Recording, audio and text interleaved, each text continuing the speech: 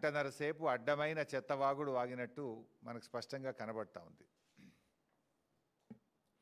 అంటే నిన్న రేవంత్ గారి ప్రెస్ మీట్ చూస్తే ఈ ప్రభుత్వం నడపడం నాకు చేతనైతలేదు అని ఆయన మాటల ద్వారా బయటపడతా ఉంది.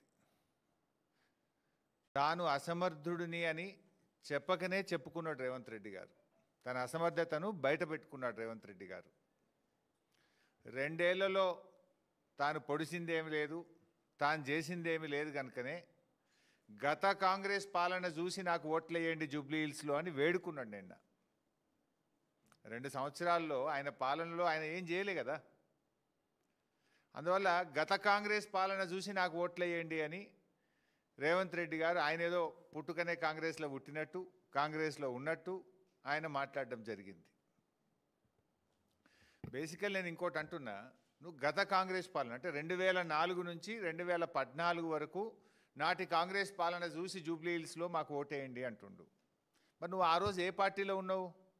నాడు తెలుగుదేశం పార్టీలో ఉండి నువ్వేమన్నావు ఆ రోజు? దురదృష్టవశాత్తు పెద్దలు స్వర్గీయ వైఎస్ రాజశేఖర రెడ్డి గారు చనిపోతే పావురాల గుట్టలో పావురమైండ్ అని మాట్లాడింది నువ్వే కదా. మరి నాటి పాలన అంత మంచిగుంటే మరి ఆనాడు వైఎస్ఆర్ గారి మీద ఎందుకు నోరు బారేసుకున్నావు? ఆనాడు నువ్వు నాటి కాంగ్రెస్ ప్రభుత్వం చేపట్టినటువంటి జలయజ్ఞాన్ని ధనయజ్ఞం అని చెప్పి నీ నోటితోనే మాట్లాడినావు కదా. నీది నోరా మోరా? నాడు వైఎస్ రాజశేఖర రెడ్డి గారిని పట్టుకొని క్విడ్ ప్రో కో కింద 1,00,000 కోట్ల రూపాయలు వైఎస్ రాజశేఖర రెడ్డి గారు అవినీతికి పాల్పడాలని మాట్లాడిన మాటలు మరి మర్చిపోయినావా? నీ నోరుని ఏమన్నా ఫినాయిల్తో కడుక్కున్నావా? ఆనాడు అసెంబ్లీలో నేను కూడా ఉన్నా. నాటి తెలంగాణ ఏర్పడకముందు ఉమ్మడి రాష్ట్రంలో ఆనాటి కాంగ్రెస్ పాలనలో ఇదే రేవంత్ రెడ్డి తెలుగుదేశం ఎమ్మెల్యేగా అసెంబ్లీలో లేచి తన తండ్రి గారు చనిపోతే దహన సంస్కారాలు పూర్తయిన తర్వాత స్నానం చేయడానికి కరెంటు లేదు, కరెంటు ఏఈలకు డిఈలకు ఫోన్ చేసి బతిలాడుకుంటే తండ్రి చనిపోయినాక స్నానం చేయడానికి నీళ్లు లేది పాలన ఈ కాంగ్రెస్ పాలన నువ్వే కదా మాట్లాడింది. ఈరోజు పోయి నీ ఊళ్ళో అడుగు, ఆ బాయిల కాడ ఆ బోర్ల కాడ 24 గంటల కరెంట్ ఇచ్చింది ఎవడు? కేసీఆర్ ఇచ్చిండు. నాడు నీ ప్రభుత్వంలో నాడు కాంగ్రెస్ పాలనలో 6 గంటల కరెంటు రాలే. పొద్దుందాకా 3 గంటలు, పొద్దుకి 3 గంటల కరెంటు నాటి కిరణ్ కుమార్ రెడ్డి గారి పాలనలో. ఈరోజు ఆ పాలనను నువ్వు క్లెయిమ్ చేసుకుంటున్నావు. కానీ ఇలా నీ ఊర్లో అడుగు 24 గంటల కరెంట్ ఇచ్చింది కేసీఆర్ గారు. అంటే నువ్వు అసలు ఏం మాట్లాడుతున్నావు? అంటే ప్రజలంత అమాయకులు అనుకుంటున్నావా? నువ్వు అతి తెలివితో ఏదో పాత కాంగ్రెస్ పాలన చూసి ఓట్లు వేయిందంటే ఇక్కడ ఎవరు నమ్మడానికి చెవులు ఏమన్నా క్యాలీఫ్లవర్లు పెట్టుకున్నారనుకుంటున్నావా? నిజంగా నువ్వు నాటి కాంగ్రెస్ పాలన నువ్వు క్లెయిమ్ చేయాలనుకుంటే ఆ రోజు నేను మాట్లాడిన మాటలకు బేషరతుగా క్షమాపణ చెప్తున్నా అని చెప్పిన తర్వాత నువ్వు క్లెయిమ్ చేసుకోవాలి. నాడు వైఎస్ గారి పట్ల మాట్లాడినది కానీ, జలయజ్ఞం మీద మాట్లాడింది కానీ, క్విడ్ ప్రోకో గురించి మాట్లాడింది కానీ, నాటి కరెంటు కోతల గురించి మాట్లాడిన మాటలు కానీ, ఇవన్నీ నేను తప్పు మాట్లాడినా తప్పయింది అని చెంపలేసుకొని క్షమాపణ చెప్పి నాటి కాంగ్రెస్ చూసి ఓట్లేయమని నువ్వు క్లెయిమ్ చేసుకో. అంటే నీకు నువ్వేం చేయలే, 2 ఏళ్లలో నువ్వేం చేయలేదు కనుకనే నాటి కాంగ్రెస్ పాలన గురించి మాట్లాడుతున్నావు. అంటే నీకే తెలివి ఉందా ఏంది? ప్రజలు నీకంటే తెలివైనటువంటి వాళ్ళు రేవంత్ రెడ్డి గారు. ఈ రేవంత్ రెడ్డి ఎటువంటి తినే కంచంలో మట్టి పోసుకునే రకం, తినే కంచంలో ఉంచే రకం ఈ రేవంత్ రెడ్డి. ఇప్పుడు కేసీఆర్ గారు కట్టిన భవనాలన్నీ వాడుకుంటాడు, కానీ అవేం పనికిరావు అంటాడు, ఉపయోగం లేదంటాడు. కేసీఆర్ గారు కట్టిన కమాండ్ కంట్రోల్ రూమ్లో రోజు పోయి కూర్చునేది నువ్వే కదా, సెక్రటరియట్లో కూర్చునేది నువ్వే కదా. కేసీఆర్ గారు కట్టిన కాళేశ్వరం నుంచే మొన్న నువ్వు మల్లన్న సాగర్లో ఫౌండేషన్ వేసి గోదావరి నీళ్లు మూసీకి తెస్తా అని చెప్పింది నువ్వే కదా. కేసీఆర్ గారు కట్టిన ఫ్లైఓవర్ల మీద రోజు కుయ్యి కుయ్యి సైరన్లు వేసుకొని ఎక్కి తిరుగుతున్నది నువ్వే కదా. ఇది తినే కంచంలో ఉంచే రకం కాదు ఇది.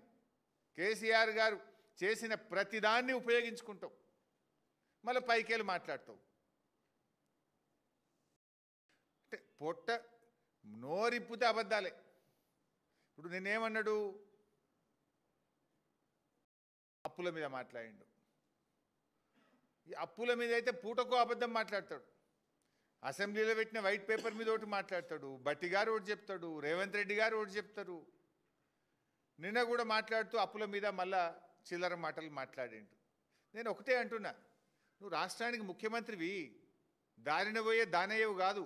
ఏది పడుతుంది ఎటు పడతాడు ఏ పూటకో మాట మాట్లాడడానికి నువ్వేం దారిన పోయే దానయ్యవా? ఇప్పుడు నేను చెప్తున్నది, కేసీఆర్ పాలనలో మొత్తం చేసిన అప్పులు 2,80,000 కోట్లని. ఇది పార్లమెంట్లో బీజేపీ ఎంపీ అడిగిన ప్రశ్నకు కేంద్ర ప్రభుత్వం ఇచ్చిన సమాధానం. నా కహాని కాదు. ఏ రోజు అడిగారు? 11th August 2025 సోమవారం, ఈ సంవత్సరమే 11th August 2025 సోమవారం నాడు బీజేపీ ఎంపీ రఘునందన్ రావు గారు అడిగిన ప్రశ్న. ఇందులో ఏం చెప్పారు? ఇందులో